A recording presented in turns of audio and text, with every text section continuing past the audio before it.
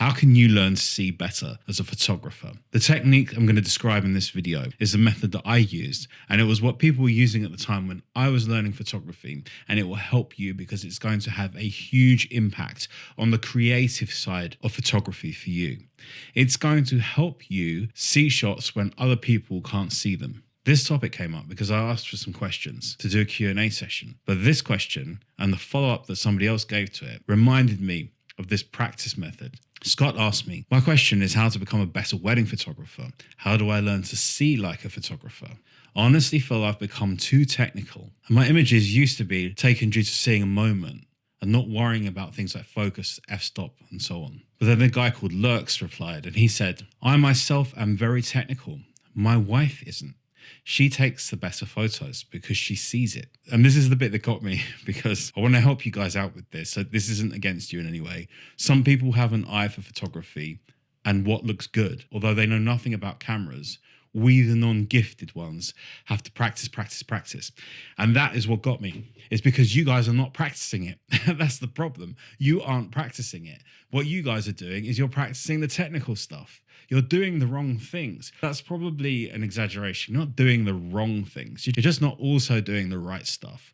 You see, look, this is how it is. You've got a husband and wife team, and the guy's really technical, and the wife is like not so technical, but one end's just taking pictures, and her pictures are better than her husband's because her husband spent so long learning the technical side that he's kind of lost track of what artistic is. When you look at what they're actually practicing, you can see why the wife's becoming a better photographer in terms of the images she's getting, because she might be just using an auto mode. And this isn't a male film thing. You could switch just the other way around and it works the same. I know plenty of female photographers who just give their husband as a second shooter a camera and then they just go off and shoot like this as well. So then we conjure up these excuses and we say, yeah, I'm just not that talented, but I'm good enough to do the job anyway, so it's all right. But I'm just not gifted and my partner's gifted. You guys, you have no idea whether you're talented or gifted or not because you're not doing the things to find out whether you are or not. And I'm looking at all of you technical guys because I know you're going to push back on this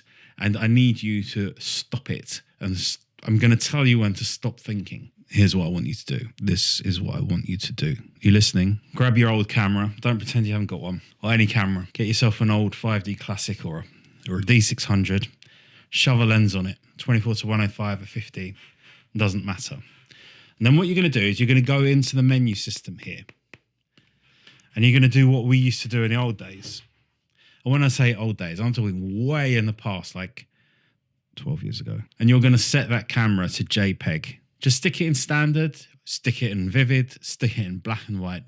I really don't care. Then you can stick your camera onto auto white balance. And then you can stick it on auto. You can go for aperture priority if you must.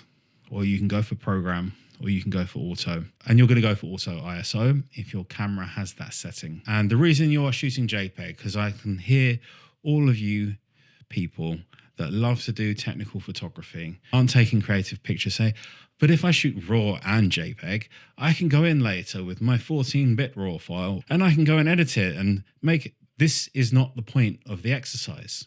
It's not the point, and you need to stop it. It's because it's removing that analysis part of your brain. You're taking away, and that's why I'm saying shoot a more contrasty picture profile. You're just going to get what you get, and it's tough luck. You're going to get what you get. This is key to this exercise. And this exercise you can do anytime. You can do it around the house. You can do it in the street. It doesn't matter what genre you shoot. It all works. Noticing shape, noticing light, noticing color, noticing tones and tonal gradations, stuff like that is what we're trying to train the eye to do. We are not going to edit these pictures afterwards. Am I clear? We're not going to edit them afterwards. What we're going to do is going to be really enjoyable. And it's one of the most fun ways to shoot. In my wedding career, I was so jealous of my partner, Katie, my second shooter, being able to run around with a 50mm prime, a 1.8 prime, and just shoot like this, but in that case in RAW, but essentially in the same way. And I think this with Scott and these other people, this is probably what their partners are doing, is that they're shooting not JPEG but RAW, but essentially everything else like aperture priority, pretty much like an auto mode, and getting better pictures. So what you're going to do is you're going to basically replicate what they're doing. So what you'll do is you're going to take your camera, and I don't care what genre you shoot, you're going to go somewhere and shoot something with your camera set in these settings. And if you feel yourself saying, but I must do RAW, stop it. Just stick it in JPEG. Just go out and shoot and enjoy it, because this is about what you see through the viewfinder or on the back of the camera. This is about trying to get in touch and train your brain. You're training your mind to see. You're looking for anything that catches your eye. It doesn't have to make sense as a photograph. Stop thinking about rule of thirds. I want you to ignore it completely. I want you to frame instinctively. Instinctively. If that means you put something in the top right-hand corner, do it. I want you to follow your instinct only. Only follow your instinct. I don't want you to try to copy anyone.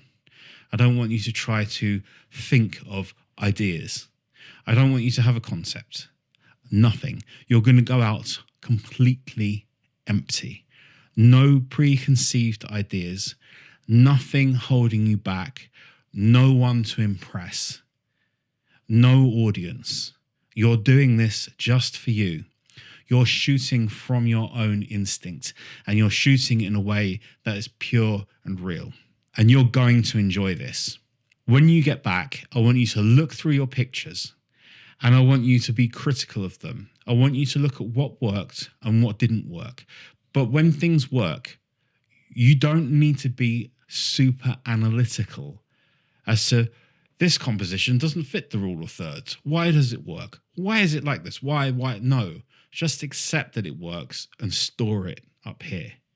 Be critical. You can be very critical and say, I was doing this and I was, too rigid in the way I was framing and it didn't work. Look at what didn't work. Look at what did work and everything in between, and store it in your mind and say, right, okay, I remember that weird composition I did, which doesn't fit anything that I knew, but instinctively felt right. That worked. And I know that works, and maybe that will come to me again and I'll do it again. When you set your camera to JPEG, when you get home, as soon as you get home, or even before, as you finish the shoot, switch it back to RAW.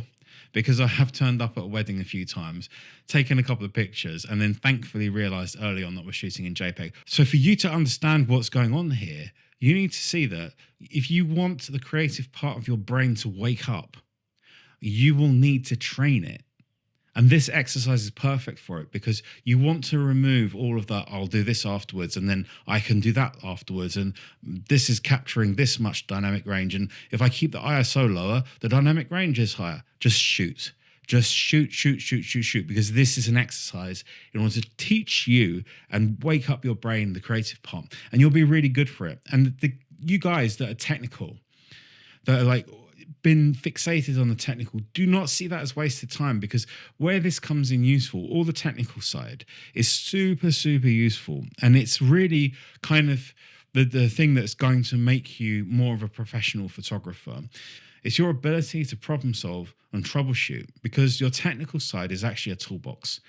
And the more technical you are, it's like the more tools you have in your toolbox, and the more you can do, the more problems you can solve. There's going to be many times, especially if you become a professional, where you'll have to say, right, I need to get this shot, even though maybe you don't necessarily like it, but you have to get it.